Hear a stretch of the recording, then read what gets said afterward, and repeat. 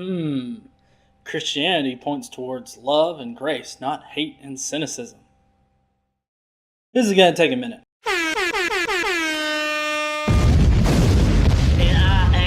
Godless engineer, a conscious pioneer, a logic general, a reason brigadier. More bullshit from the pulpit. Meet me in the comment section and you get schooled, bitch. The Godless Engineer.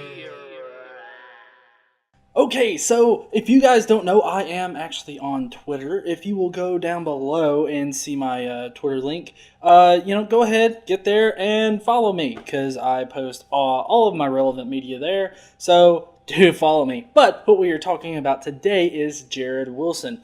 I recently had a conversation with him where he enlightened me on how he reconciles Luke 14:26, the verse that says that Jesus requires you to hate your mother, father, brother, sister, everybody, in order to be his disciple.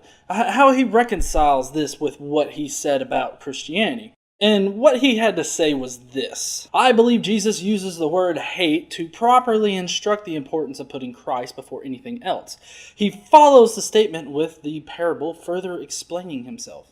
I believe the word hate was used to not only grab the disciples' attention, but also to paint the importance of how, in comparison, Jesus should be our first priority and everything else should be arbitrary.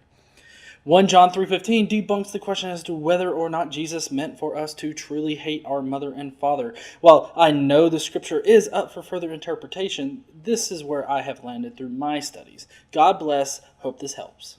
Well, Jared, I have to admit that it does help. And it's really encouraged me to go a bit deeper into my biblical debunking of Bible shit. So what we're going to do today is look at if 1 John 3:15 actually does debunk Luke 14:26. Spoiler alert, it doesn't. So now we have to ask, why does it not?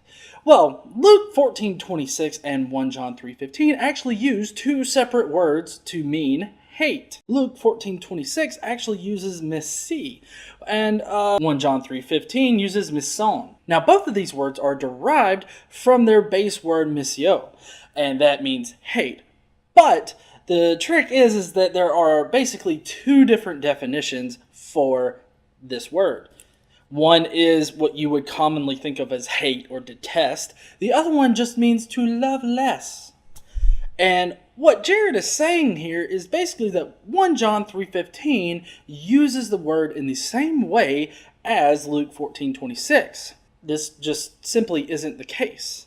And you could tell that by looking at how the Bible uses that same version of the word in different verses. In what context are they used? You know how Christians are always going on about fucking context, am I right? So, how does Luke 14:21 actually use this word? Well, if you actually go and look at the verses that use the word, what we consider hate fits really well in it. There are a few verses where love or detest could possibly be worked in, but you're really kind of making the puzzle piece fit at that point.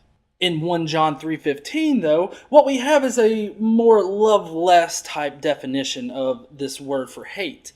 It perfectly exemplifies in all of its verses how love less makes sense. Now, I will specify that I am no biblical scholar or anything like that. I don't know Greek, but what I do know how to use is online tools in order to educate myself. Online tools are very, very important, and I suggest everybody go down below and look at the tools that I have found in order to help me really delve into the specifics of these two verses. So, in summary, for this particular debunking of these two passages, I would say that I disagree with Jared. I'm not going to say Jared is wrong because he's right. This is up for interpretation. I'm not an expert, so I cannot expertly confirm to you that what I am saying is undoubtedly correct, but on the surface, it looks correct to me.